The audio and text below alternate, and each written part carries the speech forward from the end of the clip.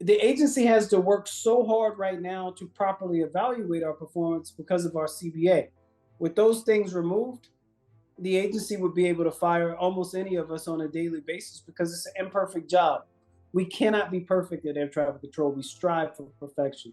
So our answer to that is we have to do what is right to protect this union. If there's a Trump administration or a Biden administration, all we want to protect ourselves from is negotiating under executive orders that devastate. And when that contract opens, those executive orders become law. So it's not at the end of it and you could stretch it out. I know some people say you could have these legal battles. When you open that CBA, that contract, I'm sorry, those executive orders become prevailing and become the law, and we lose all that we have. It's about setting the strategy to ensure we protect our right to negotiate and we protect our union simultaneously. We can still negotiate. We can do that through MOU.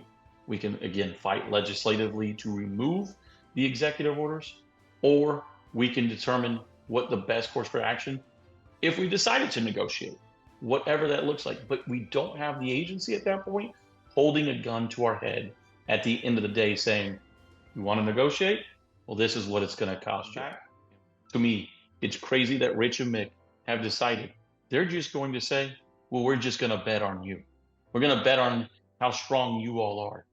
Well, we're going to bet on our membership getting decimated by a president of the United States because it doesn't matter how strong we are. We're going to have to figure out a way strategically, nationally, to fight those laws. And ultimately, our members pay the price because of the short-sightedness to try to just win an election. We know our members want to negotiate. Now it's our job to make sure that that happens. Is listen to the contradictory statements by the candidates of Rich and Mick. They're willing to go to war with the president of the United States.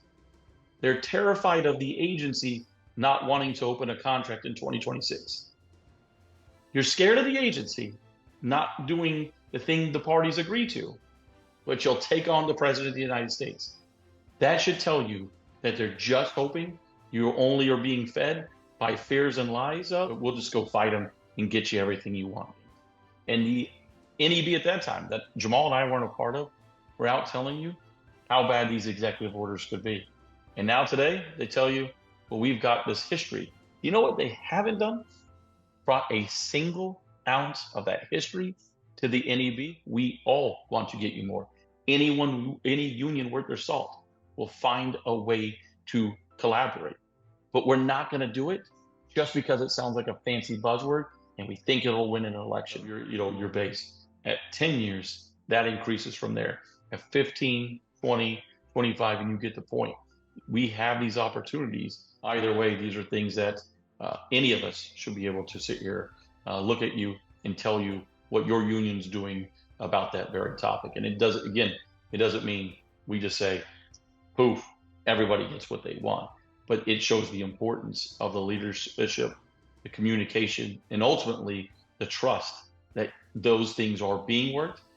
You have to have leaders that know you don't just go around promising things, because that's the easiest way you divide a membership. And that's happening on a routine and consistent basis today.